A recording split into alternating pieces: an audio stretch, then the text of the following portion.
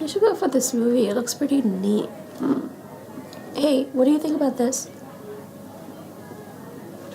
Hello, Earth to Natasha. Sorry. I'm just so upset right now. Upset over what? You know what? I put this picture of me in a dress on Instagram, and these people, so many comments, so much of hate. I mean, why do people do this? Instagram, but can I see the picture? Yeah, sure.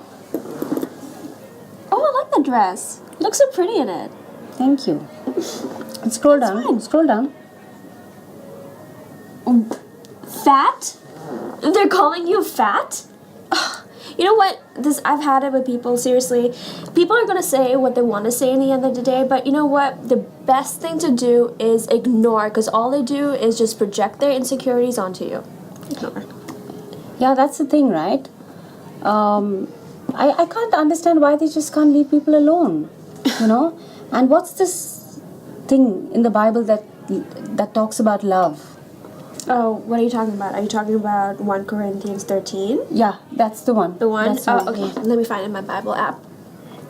I think everyone should get this Bible app. It's so good. Here it is. Okay. If I speak in tongues of men or angels, but don't have any love, I'm only a resounding gong. That's Is the that one. That's the one. Yeah. Huh, Yeah. okay. Oh, here it is. Okay, you can read the rest. It's pretty neat.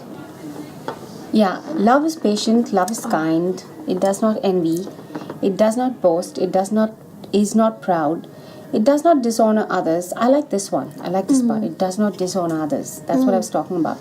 It is not self-seeking, it is not easily angered, it does not keep a record of wrongs. So difficult.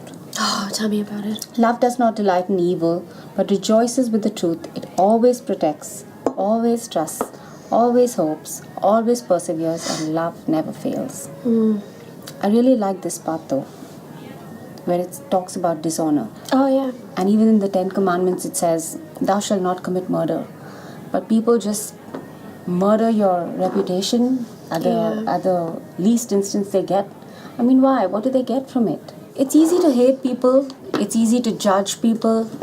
It's so easy to spew venom just like that, you know, when you dislike somebody or the way they look.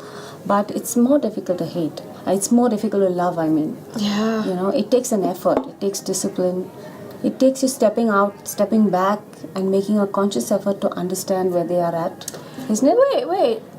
Isn't that from like Matthew 22:37? I mean, wait. I love that scripture, I think. Let me just look for it. Here it is.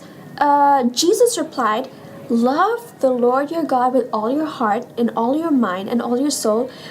That is the first and greatest commandment. And the second one is this.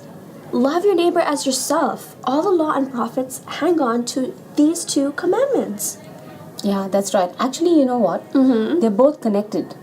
Because if you love the Lord your God, you'd be willing to do anything for Him. And because He's instructed us to love our neighbors as ourselves, it becomes simple. We do it because we love God, because we want to do what's right by Him. Yeah.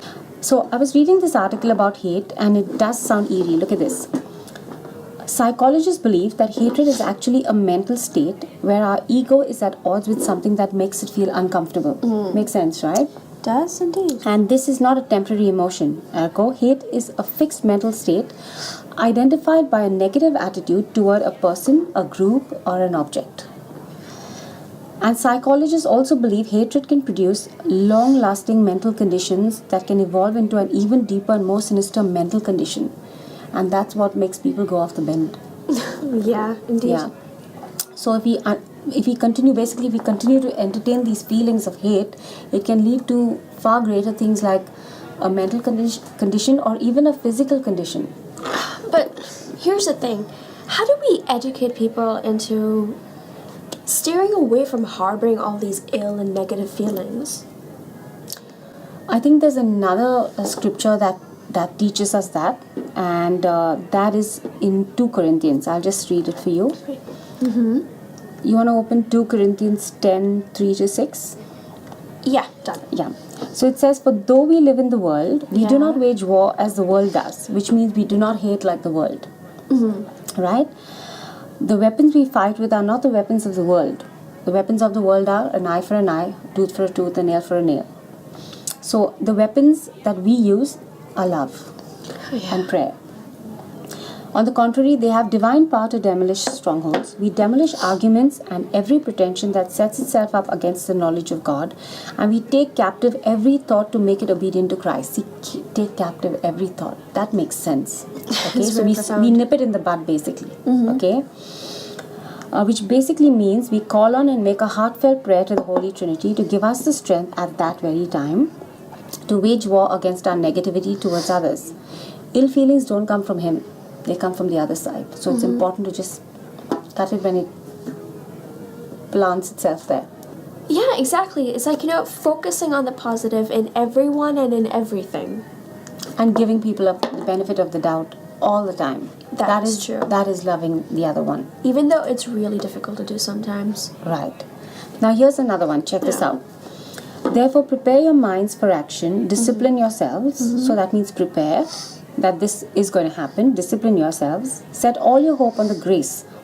That's very important because we can only do things through Christ's grace. Yeah. Right? Like obedient children, do not be conformed to the desires that you formerly had in ignorance. Now you know better. Now you know where it all starts and where it's going to end. Okay? Instead, as He who called you is holy, be holy yourselves in all your conduct. Oh, wow. Beautiful, isn't it? Very. So, what do you think of that one? So, I feel like some of us, most of us, we go in leading with our minds instead of our hearts. And I feel like that's a very human thing to do.